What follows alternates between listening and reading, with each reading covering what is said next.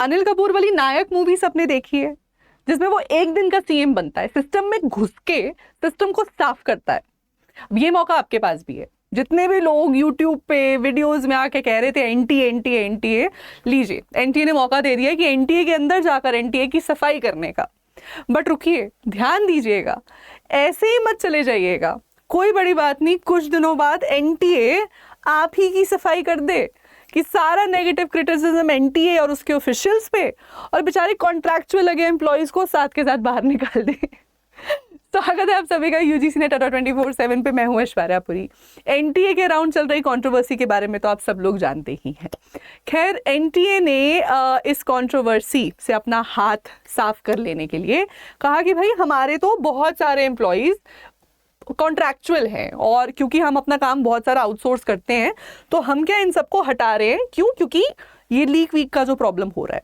अच्छा, उसके ऊपर फिर ये भी हमें पता चल रहा है कि ये लोगों को सिर्फ पोस्ट से हटाया ही नहीं गया, बिकॉज पोस्ट से हटाना तो देखो किसी को वो तो वैसे भी हो सकता है। ये भी कह रहे हैं साथ में कि इन लोगों के ऊपर क्रिमिनल एंड लीगल एक्शन भी लिया जाएगा। Legal and criminal action, I think जब से मैं ये न्यूज़ देख रही हूँ मुझे लग रहा है किसी ने बात नहीं की इस बारे में कि अगर आप किसी को पोस्ट से हटा रहे हो ये कह के कि उनके अगेंस्ट लीगल क्रिमिनल एक्शंस लिए जाएंगे, मतलब आप मान रहे हो कि उन्होंने कुछ इलीगल किया है। लेकिन एनटी ने अभी तक इसके ऊपर कोई बताया ही नहीं कि पेपर लीक हुआ है, क्या हुआ है, क्या नहीं हुआ है। वो सोशियोलॉजी का जो पीडीएफ है उसका जो प्रॉब्लम चल रहा है, नीट का प्रॉब्लम चल रहा है, ये 47 के 47 एम्प्लॉयज इनको निकाला गया है। किस चीज़ के लिए निकाला गया है भाई? किस एग्जाम के लिए निकाला गया? क्या बात कर रहे हो कि 47 के 47 लोगों पे क्रिमिनल चार्जेस होंगे? कौन है ये लोग, और क्या ये लोग डायरेक्टली इन्वॉल्व हैं नीट के लिए, या फिर कुछ सोशियोलॉजी से भी लेना देना था? हमारे एग्जाम का क्या, हमारी आंसर की का क्या? कोई जवाब नहीं है इनके बात पे।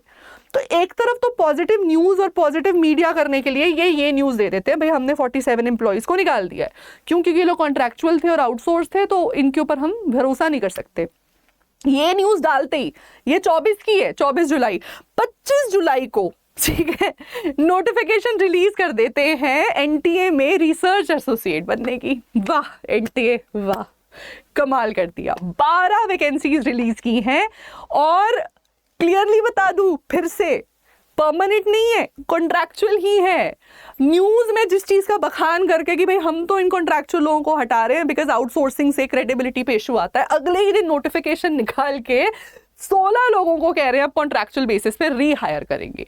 रिसर्च स्कॉलर्स, एकेडमिक रिसर्च करने के लिए, लीगल रिसर्च करने के लिए, फाइनेंस एंड अकाउंटिंग को संभालने के लिए। तो भाई जितने भी मेरे नौजवान सोच रहे थे यहाँ अप्लाई करने का, देखो दो चीज़ें हो सकती हैं। एक चीज़ तो ये है कि मैं कहूँ आपको बचो और भागो, रेड फ्लैग है, डेंजर का साइन है, कुछ पता नहीं चलता इनका क्या कर दें, ठीक है, कल को आप ही को क्रिमिनल बना के पोज कर दें, कुछ नहीं कह सकते अपने ऑफिशियल्स को बचाने के लिए। और वहीं दूसरी तरफ आप एक दिन के सीएम बन सकते हैं, एनटीए के अंदर घुस के एनटीए की सफाई कर दो, क्योंकि इन्होंने साफ अपने इसमें लिखा हुआ है कि अपनी वैकेंसी में लिखा हुआ है कि हम यंग प्रोफेशनल्स को हायर करना चाहते हैं। किस पर्पस के लिए वो बता देती हूँ, आ जाओ।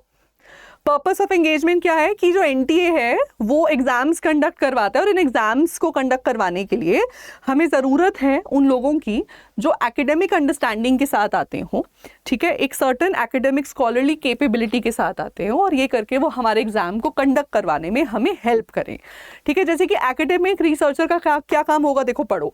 Academic unit of NTA distributed across the subject areas of the examinations conducted by NTA including engineering, physical science, life science and medical science, humanities and social science. ये सब अपने पेपर वाला आ गया। अब देखो, humanities, social science, management and the disciplines covered by CUET and UGC net. तो यही paper बनवाने के लिए और रिसर्च करवाने के लिए ये 12 एकेडमिक रिसर्चर्स को हायर करेंगे।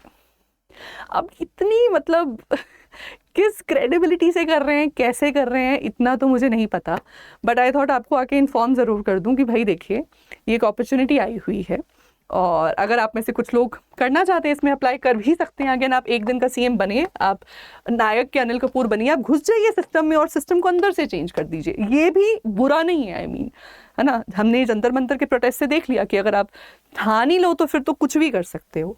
तो आपको कुछ नहीं करना, आपको Pratibha Setu portal of the union public service commission पे जाके अपने आप को एनरोल करना है, रजिस्टर करना है, और उसके बाद आपको ये पोस्ट ऑफर होगी, 2 साल का कॉन्ट्रैक्ट बनेगा और उसके ऊपर आप 12 महीने का एक्सटेंशन ले सकते हो। लेकिन अगर आपको लगता है कि भाई इस सब चीज़ों में कुछ आनी जानी नहीं है, तो इस चीज़ के जो कुछ रेपरकशंस हैं मैं वो भी आपको बता देती हूँ। देखिए, इंडिया में इस वक्त जो हमारा एजुकेशन सिस्टम है, स्पेशली जो हायर एजुकेशन, उसमें corruption, lack of responsibility and उसका जो डिटेरियोरेटिंग स्टैंडर्ड है, उसका वन ऑफ द ग्रेटेस्ट जो रीज़न है वो guest job profile and contractual nature of job है।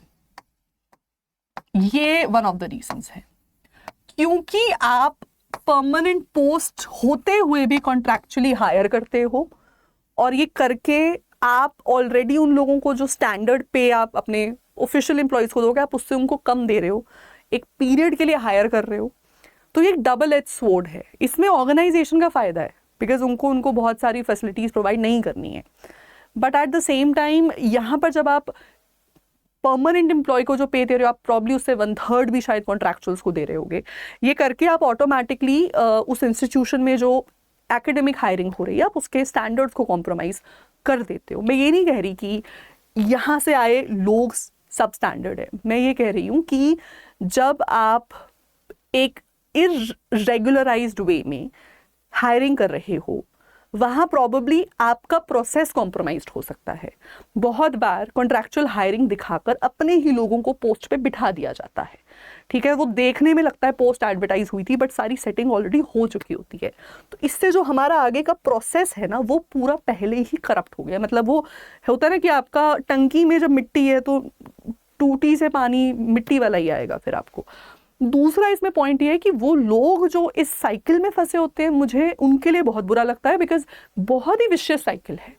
जैसे डीयू में मुझे याद है, जब मैं डीयू में पढ़ रही थी कॉलेजेस में, उस टाइम बहुत 10-15 सालों से उन्होंने रिक्रूटमेंट ड्राइव नहीं रन किया था अपना रेगुलर पोस्ट के लिए, और हमारे प्रोफेसर्स ऐसे ऐसे भी हमें पढ़ा रहे थे जो 15-15, 20-20 साल से पढ़ा रहे थे, और 1 रुपया उनका पैसा बढ़ा नहीं था इन 15 सालों में। 1 रुपये का उनको हाइक नहीं मिला था। क्यों? क्योंकि वो कॉन्ट्रैक्चुअल बेसिस पे थे, हर 6 महीने में कॉन्ट्रैक्ट न्यू होता था। इसके अलावा इस तरीके की पोस्ट में भी कुछ ऐसा ही होता है कि आपको हायर कर देते हैं और आपको सुनने में लगता है अच्छा एनटी में आप नौकरी करने जाओगे, बट कोई उसमें जवाबदेही नहीं होती उनके पार्ट पे। और है तो देखो ये भी आउटसोर्सिंग ही, क्योंकि आप अपने पूरे प्रोसेसेस से गो थ्रू किए बिना आप डायरेक्ट जब हायरिंग कर रहे हो, अब ये कह रहे हैं कि वो सेतु प्रोफाइल पोर्टफोलियो से आपको लोगों को पिक करेंगे और उनको बुलाएंगे, इंटरव्यू वगैरह होगा, उसके बाद लगा देंगे। वहीं अगर एनटी अपने ऑफिशियल तरीके से हायरिंग करे तो बहुत ही लंबा प्रोसेस होगा, उसमें तो फिर ट्रांसपेरेंसी भी होगी। यहाँ पर इस पोस्ट में कोई हायरिंग के प्रोसेस में कोई ट्रांसपेरेंसी जनरली होती नहीं है, और ऐसे में आप फिर से आउटसोर्सिंग कर रहे हो। आप फिर से प्रॉबेबली वो इन्हीं लोगों से क्वेश्चंस, मटेरियल्स मंगवा रहे होंगे, बनवा रहे होंगे, रिसर्च करवा रहे होंगे, और यू नेवर नो मतलब क्या होगा इससे यहाँ से आगे। सो द पॉइंट इज कि जब 24 को आप कह रहे हो कि हम रिस्पॉन्सिबिलिटी ले रहे हैं कि हमारा जो इंटरनल सिस्टम ही फ्लॉड है, आप अगले ही दिन एक एडवर्टीजमेंट कैसे रिलीज कर सकते हो उसी सिस्टम को फ्यूल करने में? मुझे ये बात समझ में नहीं आ रही है। तो my dearest students and all the people who are watching this session, इस सेशन के थ्रू बस मैं एक ही बात कह सकती हूँ कि देखो फिर से मैं वही बात कहूँगी कि या तो ऐसे लूप होल से खुद को बचाइए, ठीक है, क्योंकि फिर ऐसी जब न्यूज़ हमें सुनने में आती हैं तो ऐसे में भी आप खुद को प्रोटेक्ट नहीं कर पाते हैं। दूसरा ऑप्शन ये है कि या तो आप सिस्टम में ही घुस जाइए और सिस्टम को अंदर से ही बदलिए।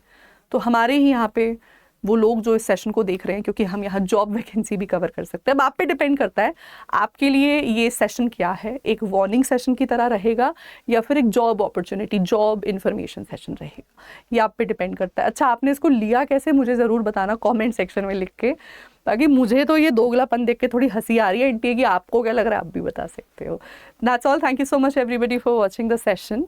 ऐसी और वीडियोस के लिए और net set assistant professor exam PhD admissions की जानकारी और पढ़ाई तैयारी के लिए सब्सक्राइब कर लीजिए हमारे official YouTube channel UGC NET Adda 24/7 को। Thank you.